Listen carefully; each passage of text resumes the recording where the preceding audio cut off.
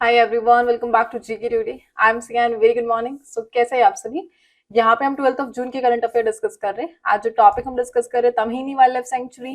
Recently हम discuss करेंगे CDRI, जिसे इंडिया ने इनिशिएट करा और रिसेंटली इसी को लेकर इंटरनेशनल कॉन्फ्रेंस को होस्ट किया गया।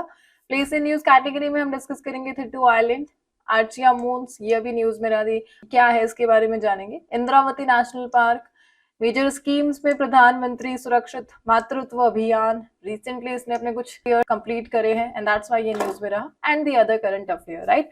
सो एक सिंगल सेशन में हम टॉपिक वाइज जो प्रीवियस करंट अफेयर्स है उनका रिवीजन करते हैं, हर एक क्वेश्चन के साथ उसी से रिलेटेड कुछ स्टैटिक पार्ट को कवर करते हैं एंड क्विज के साथ इस सेशन को एंड किया जाता है, जिसका आंसर आपको कमेंट बॉक्स में करना होता है।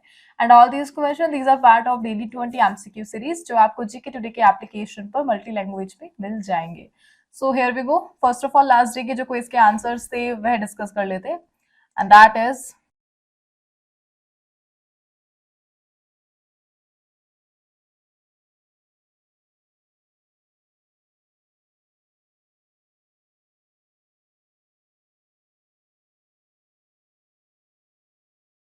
the first one where was the International Conference on Disaster Resilient Infrastructure 2025 held. So recently ICDRI का जो लेटेस्ट एडिशन है वो कहाँ पर कंप्लीट हुआ है, एंड दैट इज फ्रांस में कंप्लीट हुआ, नीस में 6th to 7th of June. So ICDRI उन कॉन्फ्रेंस में से एक है जिसे इंडिया ऑर्गेनाइज करता है और रिसेंटली इसका 7th एडिशन कंप्लीट हुआ, एंड दैट्स वाई यह न्यूज में रहा। सो यहाँ पर एग्जिस्ट करता है एक मेजर प्लेटफॉर्म, उस प्लेटफॉर्म का नाम है the CDRI, coalition for disaster resilient infrastructure. इस प्लेटफॉर्म का मेन ऑब्जेक्टिव क्या है? क्लाइमेट और डिजास्टर रिस्क के अगेंस्ट में जो इंफ्रास्ट्रक्चर है उसे स्ट्रेंथन करना है, कम्युनिटी की सेफ्टी के लिए काम करना है, और इसके लिए 2019 में CDRI को इनिशिएट किया गया था। सो CDRI उन ऑर्गेनाइजेशन, उन प्लेटफॉर्म में से एक है जिसे इंडिया ने इनिशिएट करा। इसका हेडक्वार्टर कहाँ पर लोकेटेड है? न्यू दिल्ली में। इसके जो मेंबर कंट्रीज है 46 है और 8 पार्टनर ऑर्गेनाइजेशन है, और CDRI का एक मेजर एनुअल प्रोग्राम है, कॉन्फ्रेंस है, that is ICDRI international level पर, एंड दैट्स वाई इसका 7th एडिशन अभी हुआ है और इसीलिए हम इसे आज देख रहे हैं। सो पहली बार CDRI ने अपना जो इंटरनेशनल कॉन्फ्रेंस है उसे यूरोप में होस्ट किया, नीस फ्रांस में, और 7th एडिशन रहा। इससे पहले लास्ट 6th एडिशन जस्ट अभी ही कंप्लीट हुआ था, उसको भी देख लेते हैं हम। But first of all 7th edition की जो थीम थी वो नोट कर लीजिए, that is shaping the resilient future for coastal regions, focusing on small island developing states and coastal communities. ये 7th एडिशन की थीम रही। जो लास्ट एडिशन हुआ था 6th एडिशन, यह न्यू दिल्ली में कंप्लीट हुआ था, 2025 में कंप्लीट हुआ है, और 6th एडिशन की जो थीम थी that is investing today for a more resilient tomorrow. ये 6th एडिशन की थीम थी international conference on disaster resilient infrastructure की, जिसे न्यू दिल्ली में होस्ट किया गया था। ठीक है, सो यहाँ पर हमने बेसिकली CDRI को डिस्कस करा, और CDRI का एक major initiative that is international conference, जिसका रिसेंटली 7th एडिशन कंप्लीट हुआ। सो CDRI को हम देख रहे हैं बेसिकली। सो CDRI इसने काफी सारे प्रोग्राम्स को इनिशिएट करा है, ICDRI उन्हीं में से एक है। इसके अलावा IERIC, जिसे COP26 में इनिशिएट किया गया था, यह भी किसके थ्रू एग्जिस्टेंस में लाया गया? सो CDRI का इनिशिएटिव है infrastructure for resilient island states. So island states के लिए इंफ्रास्ट्रक्चर को स्ट्रेंथन करने के लिए COP26 में IRIS को लॉन्च किया था इंडिया ने CDRI के थ्रू, राइट। यहाँ पर एक मेजर इंडेक्स एग्जिस्ट करता है जिसे CDRI पब्लिश करता है, that is GIRI, global infrastructure resilience index. ठीक है, इसी के साथ 2022 में जो CDRI है इसने इनिशिएट करा the infrastructure resilience accelerator fund for capacity building. So एक मेजर फंड भी यहाँ पर एग्जिस्ट करता है जिसे CDRI ने इनिशिएट करा, राइट। सो ओवरऑल डिजास्टर से उसके अगेंस्ट में कम्युनिटी को स्ट्रेंथन करने के लिए, इंफ्रास्ट्रक्चर को स्ट्रेंथन करने के लिए CDRI को लाया गया था। वर्ल्ड लेवल पर ऐसे काफी सारे प्लेटफॉर्म है जो डिजास्टर के अगेंस्ट में साथ में काम करते हैं, जस्ट लाइक यूनाइटेड नेशन का वन ऑफ द ऑर्गेनाइजेशन, एक प्लेटफॉर्म हम यहाँ पे डिस्कस कर रहे हैं, that is UN early warning for all. So United nation ने इसे इनिशिएट करा है, डिजास्टर अलर्ट कवरेज के लिए ये टारगेट है और 2027 तक का टारगेट है यूनाइटेड नेशन के इस मेजर प्रोग्राम का। इसी के साथ एक अदर पॉलिसी यहाँ पर एग्जिस्ट करती है जिसका मेन ऑब्जेक्टिव क्या है, इंफ्रास्ट्रक्चर को स्ट्रेंथन करना, that is OECD policy. Disaster risk management को एनहांस करना, यही इसका मेन ऑब्जेक्टिव है। और G20 से यह रिलेटेड है, guidelines for G20 on resilient transport infrastructure. इसी के साथ एक फ्रेमवर्क यहाँ पर एग्जिस्ट करता है, काफी इंपॉर्टेंट है, and that is Sendai framework. 2015 में इनिशिएट किया गया था, टारगेट ईयर है 2030 और यूनाइटेड नेशन का जो डिजास्टर रिस्क रिडक्शन है उसकी स्ट्रैटेजी के लिए इसे लाया गया था। सो इसको ध्यान रख लेना। ओवरऑल डिजास्टर, इसके अगेंस्ट में इंफ्रास्ट्रक्चर को स्ट्रेंथन करने के लिए जितने भी SDGs है, कौन कौन से हैं, sustainable development goal 11, sustainable development goal 13 और SDG 9। सो इन 3 जो SDGs है, इनके टारगेट को कंप्लीट करने के लिए, इंफ्रास्ट्रक्चर को स्ट्रेंथन करने के लिए मेजर प्रोग्राम हमने देखे और इंडिया की तरफ से है the CDRI, right. Moving on the next one, यहाँ पर हम अदर जो प्लेटफॉर्म्स है, जो कॉन्फ्रेंस है, उन्हें डिस्कस कर रहे हैं जो हाल फिलहाल में कंप्लीट हुई है, and that are where was the national conference on AI for empowering persons with disabilities held. So ये जो नेशनल कॉन्फ्रेंस है ये कहाँ पे हुई थी, अभी रिसेंटली बेंगलुरु में कंप्लीट हुई है। And international conference on glaciers preservation, इसे किस कंट्री ने होस्ट करा रिसेंटली, तजाकिस्तान ने इसे होस्ट करा UN के सपोर्ट के साथ। Where was the national literary conference title how much has literature changed held, ये कहाँ पे हुई थी, न्यू दिल्ली में यह कॉन्फ्रेंस हुई है। फिशरीज सेक्रेटरीज कॉन्फ्रेंस 25, ये कहाँ पे हुई, न्यू दिल्ली में। And 4th regional integrated multi hazard early warning system conference, ये कहाँ पर हुई थी, एंड कोलंबो श्रीलंका में इसे होस्ट किया गया, जहां पर डिक्लेरेशन ऑन डिजास्टर प्रिपेयर्डनेस को अडॉप्ट किया गया था। So point to be remember, इस डिक्लेरेशन को अभी रिसेंटली अडॉप्ट किया गया, कहाँ पर, कोलंबो श्रीलंका में, और इस कॉन्फ्रेंस के दौरान इसे अडॉप्ट किया गया। Moving on, the next one. Which city is the host of 11th Sea Trade Maritime Logistic Middle East Conference? So इसे किसने होस्ट करा रिसेंटली, दुबई ने। And world bank land conference अभी रिसेंटली हुई थी, वॉशिंगटन DC US में इसे complete किया गया। The next is Thitu Island. It was recently seen in news. Is located in which region? So place in news category को आज हम डिस्कस कर रहे हैं, and major place in news that is Thitu Island. ये किस region में located है? That is option number A, South China Sea में located है। So recently इस आइलैंड की नियर बाय एक चाइनीज शिप को साइट किया गया था। हार्श वेदर के कारण ये जो शिप है ये वहीं पर फंस गया, रन अग्राउंड हो गया, एंड दैट्स वाई ये न्यूज में रहा। और इसे चाइना की तरफ से कुछ एक्शन मानते हुए जो थिट्टू आइलैंड की गवर्नमेंट है, वहां के जो सोल्जर्स है वो एक्टिव हो गए, जो अलर्ट लेवल से रेज हो गए, and that's why Thitu island news में रहा। ओवरऑल यह पार्ट है साउथ चाइना सी का, और किसकी टेरिटरी के तहत यह आता है, फिलीपींस गवर्नमेंट यहाँ पर रूल करती है Thitu island, the Philippines occupied island overall. So यहाँ पे हम डिस्कस कर रहे हैं साउथ चाइना सी। बेसिकली ये डिस्प्यूटेड है मेजर 3 कंट्रीज के between, that is China, Taiwan and Vietnam, और पार्शियली मलेशिया एंड फिलीपींस के बिटवीन भी डिस्प्यूटेड है। और थिट्टू आइलैंड ये बेसिकली साउथ चाइना सी में जो स्प्रैटली आइलैंड ग्रुप है उसका पार्ट है। सो दैट रखना, साउथ चाइना सी में एक मेजर ग्रुप ऑफ आइलैंड को स्प्रैटली के नाम से जाना जाता है, और उसी स्प्रैटली आइलैंड का पार्ट है थिट्टू आइलैंड, और that is the largest Philippine occupied island in the Spratly region, और साउथ चाइना सी में ये एग्जैक्टली लोकेटेड है, और रिसेंटली चाइनीज शिप की एक्टिविटी के कारण यह न्यूज में रहा। सो इसी के साथ हम कुछ क्वेश्चंस को कवर कर रहे हैं जो कि साउथ चाइना सी और स्प्रैटली आइलैंड से ही एसोसिएटेड है। So first of all, international level पर यहाँ पर एक ट्रीटी एग्जिस्ट करती है जो कि मैरीटाइम राइट्स को गवर्न करती है, और जो स्प्रैटली आइलैंड है, साउथ चाइना सी है, वहां पर भी इसके रूल्स अप्लाई होते हैं। उस इंटरनेशनल ट्रीटी का नाम क्या है, 1982 में इसे साइन किया गया था, and that is United Nations Convention on the Law of the Sea. So South China Sea में जितनी भी एक्टिविटीज हो रही है, जो भी क्लेम्स आ रहे, उसके लिए यहाँ पर एक ट्रीटी है, जो मैरीटाइम राइट्स है उन्हें सिक्योर करने के लिए, दैट इज UNCLOS, ठीक है। इसी के साथ एक मेजर सी लेन साउथ चाइना सी में लोकेटेड है, जिसे वर्ल्ड का बिजिएस्ट एरिया कहा जाता है because most of the trade यहाँ से कंप्लीट होता है, and that is the Malacca strait. Exactly किन दो आइलैंड कंट्रीज के बिटवीन लोकेटेड है द मलक्का स्ट्रेट, इंडोनेशिया और मलेशिया के बिटवीन लोकेटेड है और साउथ चाइना सी से काफी नियर बाय है। जो मेजर ट्रेड है यही से देखने को मिलेगा आपको।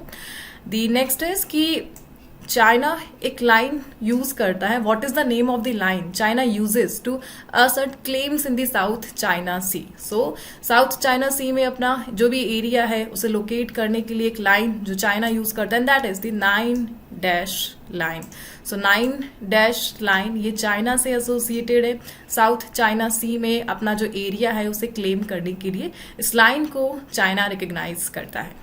Moving on the next one, major place in news category में जो लास्ट करंट अफेयर रहे हैं हम उन्हीं का वन टाइम रिवीजन करेंगे, and that is cradle of humankind UNESCO world heritage site is located in which country. So किस country में यह लोकेटेड है? साउथ अफ्रीका में यह लोकेटेड है। साउथ अफ्रीका बेसिकली ब्रिक्स को उसने 2010 में ज्वाइन किया था। कल मैंने गलती से साउथ अमेरिका प्रोनाउंस कर दिया था, but it is South Africa. The next is Rushikonda beach which was seen in news is located in which state, और ये आंध्र प्रदेश में लोकेटेड है। The strait of Hormuz connects which two water bodies. So यह Persian gulf and gulf of Oman को connect करता है। Persian gulf इसका recently name change हुआ है और नेम चेंज करके इसे रख दिया गया है the Arabian gulf. The next is Birch Glacier that was recently seen in news. It's located in which country? Switzerland में यह located है। फ्यूगो वोल्केनो यह अभी न्यूज में रहा और किस कंट्री का पार्ट है? ग्वाटेमाला का पार्ट है यह। The next one is Lipulekh pass which was seen in the news is located near the tri junction of the which countries? So ये इंडिया, नेपाल एंड चाइना के नियर बाय लोकेटेड है the Lipulekh pass. Kachativu, an uninhabited island that is a disputed territory between India and which country? So India और श्रीलंका में ये disputed है, अभी recent elections के कारण न्यूज में रहा था। Let's move to the next one. So major government scheme को हम यहाँ पे कवर कर रहे हैं। That is प्रधानमंत्री सुरक्षित मातृत्व अभियान was launched by which ministry? So किस मिनिस्ट्री ने PMSMA स्कीम को लॉन्च किया था, and that is option number D, ministry of health and family welfare ने PMSMA को लॉन्च किया था। कब लॉन्च किया गया था इस स्कीम को? 2016 में इसे लॉन्च किया गया था। रिसेंटली ये स्कीम न्यूज में रही क्योंकि इस स्कीम ने अपने 9 ईयर्स कंप्लीट कर लिए हैं। इंडिया में मैटरनल हेल्थ को इम्प्रूव करना मेन ऑब्जेक्टिव है इस स्कीम का। सो पीएम नरेंद्र मोदी ने ऑफिस को ज्वाइन किया था 2014 में। We all know PM Narendra Modi के 11 ईयर्स यहाँ पर कंप्लीट होते और उसी के साथ उनके द्वारा इनिशिएटेड इस स्कीम के 9 ईयर्स कंप्लीट होते हैं, एंड दैट्स वाई यह न्यूज में रहा।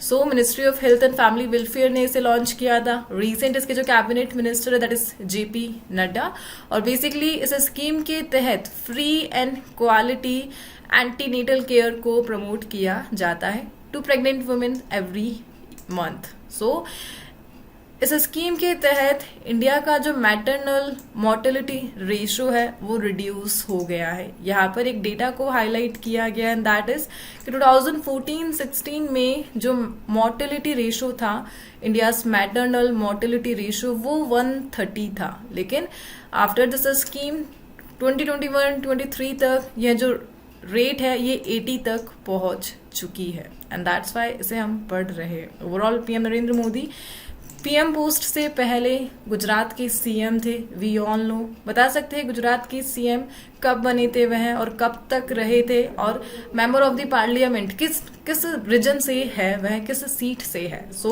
बेसिकली पीएम नरेंद्र मोदी गुजरात के सीएम थे 2001 से लेकर 2014 तक। दैन 2014 में यह प्राइम मिनिस्टर ऑफ इंडिया बनते, एंड वाराणसी से यह मेंबर ऑफ द पार्लियामेंट है। आई नो मेजॉरिटी को पता है, बट मेरा बताना it's a duty. So overall आपको ध्यान रखना है PMSMA से जून 2016 में लॉन्च किया गया। प्राइमरी फोकस क्या है?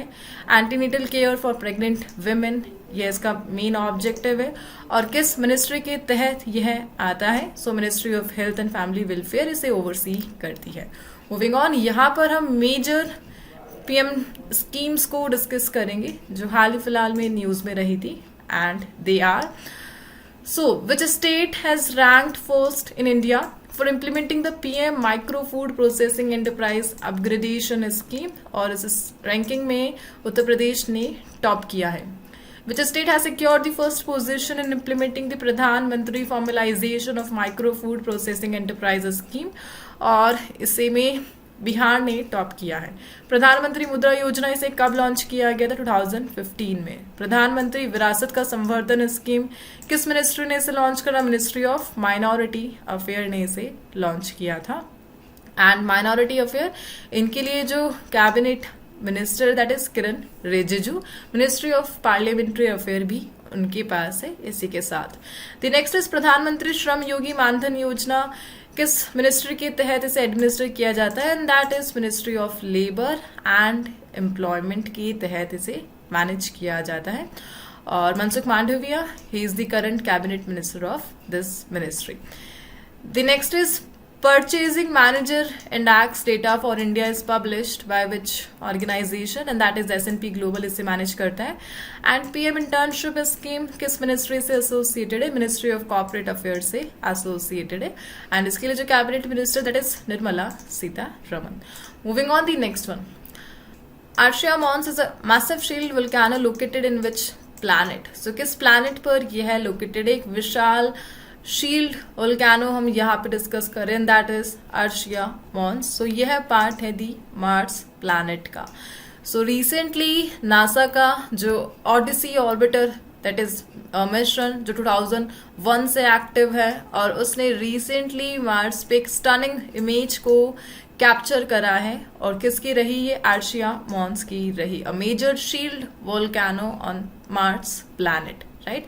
सो 18 किलोमीटर टॉल है ये, 300 किलोमीटर वाइड है, और एग्जैक्टली जो मंगल ग्रह है उसके थार्सिस रीजन पर लोकेटेड है. सो ध्यान रख लेना, थार्सिस रीजन ये किस ग्रह से एसोसिएटेड है? मंगल ग्रह से एसोसिएटेड है.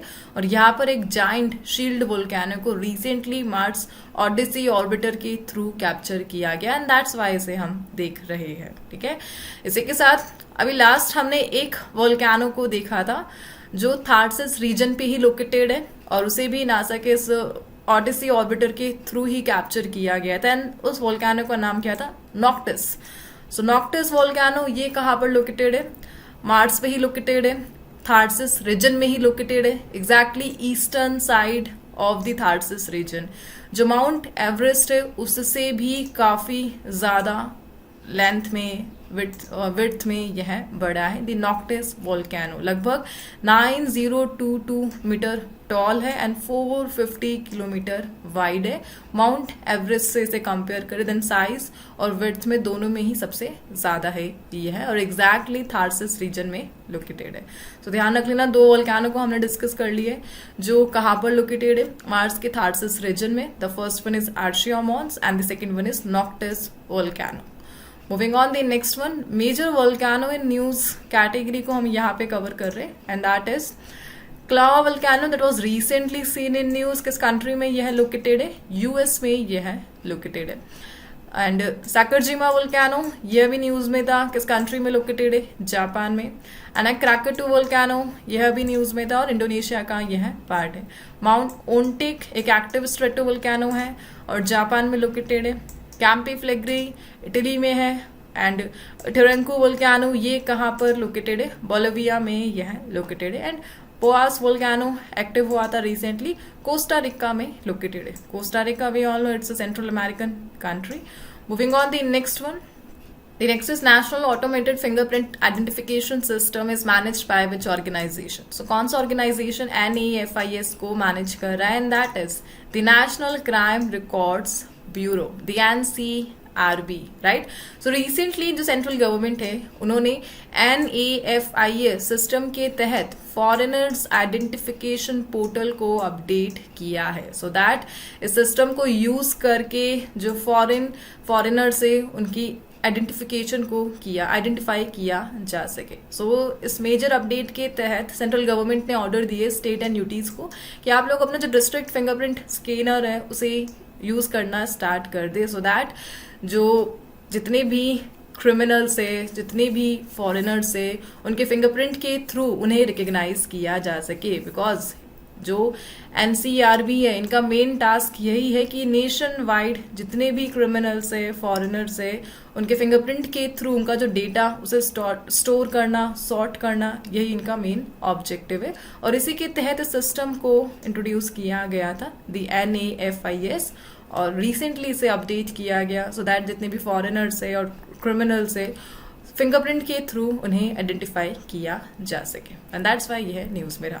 ओवरऑल हम यहाँ पे डिस्कस कर रहे हैं NCRB, इनका जो हेडक्वार्टर है न्यू दिल्ली में लोकेटेड है। इस बॉडी को हम 1986 में एस्टेब्लिश किया गया था। और किस मिनिस्ट्री के तहत ये फंक्शन करता है? मिनिस्ट्री ऑफ होम अफेयर्स के तहत यह फंक्शन करता है, दी national crime record bureau.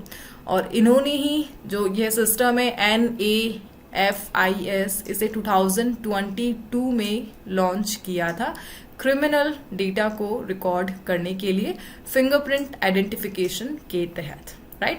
Moving on the next one, who has been appointed as a part-time member of the 16th Finance Commission. So यहाँ पर हम मेजर अपॉइंटमेंट को देख रहे हैं जो कि रिलेटेड है with the 16th Finance Commission, and that is option number A, T. Ravi Shankar. So recently इन्हें अपॉइंट किया गया part-time member of the 16th Finance Commission. Right, so यह जो RBI है उनके डेप्यूटी गवर्नर रह चुके हैं एंड रिसेंटली इनकी अपॉइंटमेंट हुई है as a part time, because जो 16th फाइनेंस कमीशन है उनके एक फुल टाइम मेंबर थे, दैट इज श्री अजय नारायण। कुछ पर्सनल रीजंस के कारण इन्होंने रेजिग्नेशन दे दिया और इनके अल्टरनेटिव के लिए T. रवि शंकर को अपॉइंट किया गया as a part time member. Overall हम यहाँ पे डिस्कस करें 16th finance commission, we all know 2026 से यह इनिशिएट होने जा रही है फाइनेंस कमीशन। इनका जो टेन्यूर होता है वो 5 इयर्स का होता है। अभी जो रीसेंट फाइनेंस कमीशन चल रही दैट इज 15th और नेक्स्ट ईयर 16th आ जाएगी, बट इनके जितने भी मेंबर्स है उन्हें प्रिपेयर किया जा रहा है और इन्हें अपनी जो फाइनल कमीशन रिपोर्ट है 31 अक्टूबर 2025 तक सबमिट करनी है and that's why T. Ravi Shankar को अपॉइंट किया गया as a part time member. So 16th finance commission, इनका जो टाइम फ्रेम है वो फाइनेंशियल ईयर 26-27 से लेके 2030-31 तक रहने वाला है। जो फाइनेंस कमीशन, इनका मेन ऑब्जेक्टिव क्या रहता है? सेंटर और स्टेट के बिटवीन जो टैक्स डिस्ट्रीब्यूशन है उसको मैनेज करना, यह मेन टास्क है द फाइनेंस कमीशन का।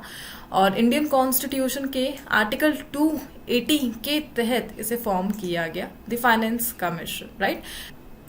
And at present 16th finance commission को जो चेयर करेंगे एंड दैट इज अरविंद पंगारिया। सो इनका नाम ध्यान रख लेना, जो नीति आयोग है उसके फॉर्मर वाइस चेयरपर्सन यह रह चुके हैं और एक मेजर इकोनॉमिस्ट है और 16th फाइनेंस कमीशन को यह चेयर करेंगे अदर मेंबर्स के साथ। ओवरऑल यहाँ पर जो फाइनेंस कमीशन है उनके जो मेंबर्स होते हैं, एक तो चेयरपर्सन होता है and the other is 4 members और 5 इयर्स के लिए यह इनका सेटअप रहता है। प्रेसिडेंट ऑफ इंडिया इन्हें अपॉइंट करते हैं आर्टिकल 280 के तहत, राइट।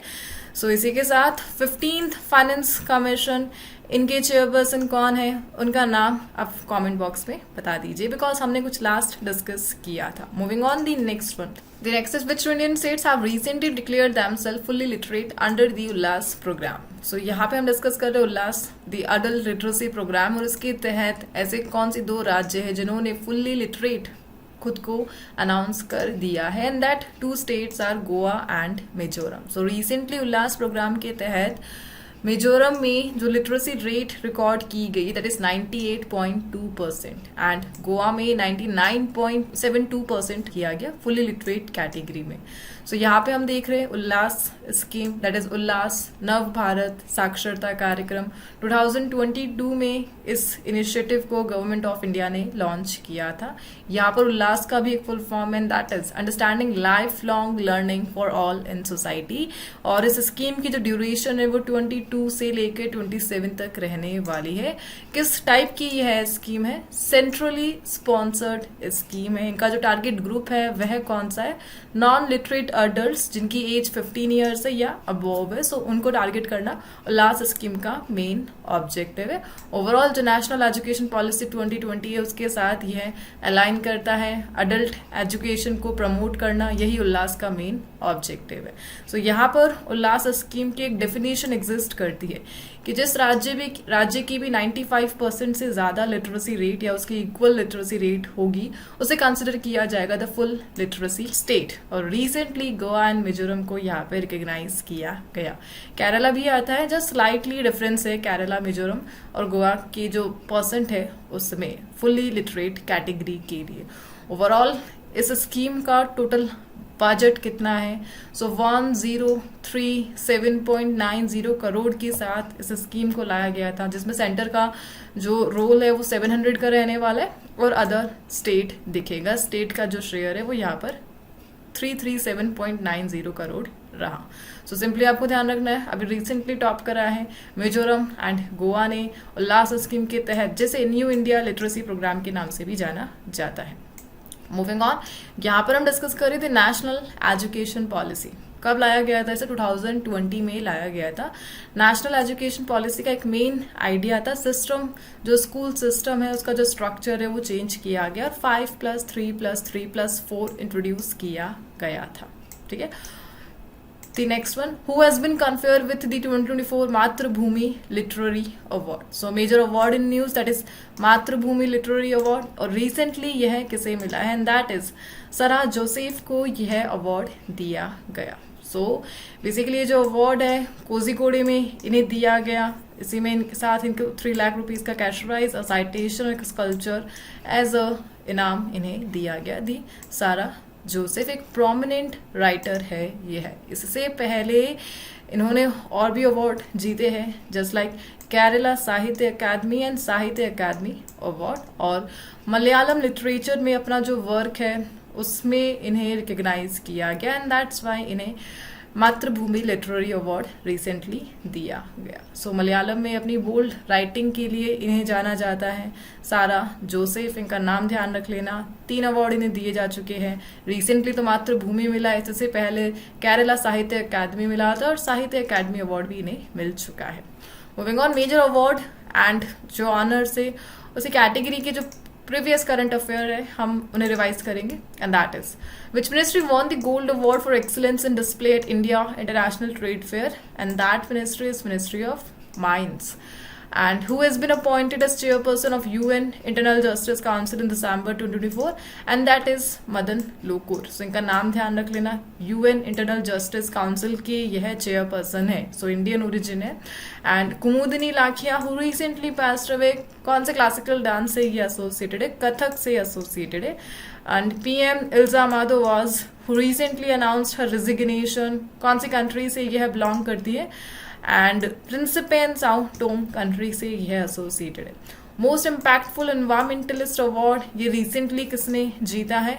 आचार्य प्रशांत को यह मिला है। बेसिकली यहाँ पर इनका एक मेजर प्रोग्राम एग्जिस्ट करता है, दैट इज मिशन 2030। सो जो सस्टेनेबल डेवलपमेंट गोल है, जिनका टारगेट ईयर 2030 है, उसी के लिए अवेयरनेस को प्रमोट करने के लिए इन्होंने ये प्रोग्राम चलाया था और रिसेंटली इन्हें मोस्ट इम्पैक्टफुल एनवायरमेंटलिस्ट अवार्ड से रिकॉग्नाइज किया गया। The next is Jimmy Carter, who recently passed away, was former president of which country? So United State के यह फॉर्मर प्रेसिडेंट रह चुके हैं। And Nobel Prize in literature यह किसे मिला था? हैंगकांग को रिकॉग्नाइज किया गया था with the Nobel Prize in literature. Moving on, the next one, which state's forest department has launched an afforestation project named without seed shower? So एक forest project को हम यहाँ पर डिस्कस कर रहे और किस स्टेट ने इसे इनिशिएट करा है? And that state is Kerala. So Kerala का जो फॉरेस्ट डिपार्टमेंट है उन्होंने वर्ल्ड एनवायरमेंट डे जो 5 जून को ऑब्जर्व किया जाता है और उस दौरान एक मेजर फॉरेस्टेशन प्रोजेक्ट को लॉन्च करा, that is without seed shower. So basically without ये एक फर्स्ट ऑफ इट्स काइंड का इनिशिएटिव है, इंडिया का first aerial seed ball distribution programme है जिसे केरला ने इनिशिएट करा है। बेसिकली कम्युनिटी बेस्ड एक कैंपेन है जिसमें ग्रीनरी को रिस्टोर किया जाएगा और जो फॉरेस्ट हेल्थ है उसे इम्प्रूव किया जाएगा। ओवरऑल ह्यूमन एनिमल कॉन्फ्लिक्ट को कम करना और जितना भी इकोसिस्टम डैमेज हुआ है उसे रिवाइव करना इस प्रोजेक्ट का मेन ऑब्जेक्टिव रहने वाला है, जिसे केरला ने इनिशिएट किया। Moving on the next one, who won the French Open men's single title 2025, a tennis tournament. So major tennis tournament in news, that is French Open 2025, और इसे recently किसने जीता है, and that is Carlos Alcaraz, a major Spanish player. So Spain के player Carlos Alcaraz ने recently French Open 2025 का जो title है वो जीत लिया है और इन्होंने डिफीट करा है ज़ैनिक सिनर को 5 सेट मैच में। सो ओवरऑल इनका नाम ध्यान रख लेना। ये जो टूर्नामेंट है रिसेंटली कहाँ पे हुआ था, पेरिस में इसे होस्ट किया गया था और इसी के साथ फ्रेंच ओपन, इसे रोलैंड गारोस के नाम से भी जाना जाता है। वर्ल्ड का टॉप टेनिस टूर्नामेंट यह है। सो आज इस सेशन को यहाँ पर ही हम कंप्लीट करते हैं। आज के जो क्विज के क्वेश्चन है आप लोगों के लिए, that is associated with sports current affair, जिनके आंसर आपको कमेंट बॉक्स में मेंशन करने हैं। एंड हम मिलते हैं नेक्स्ट सेशन के साथ। And for more information you can check the description box just below this video. And if कुछ भी इशू है then let me know in the comment box.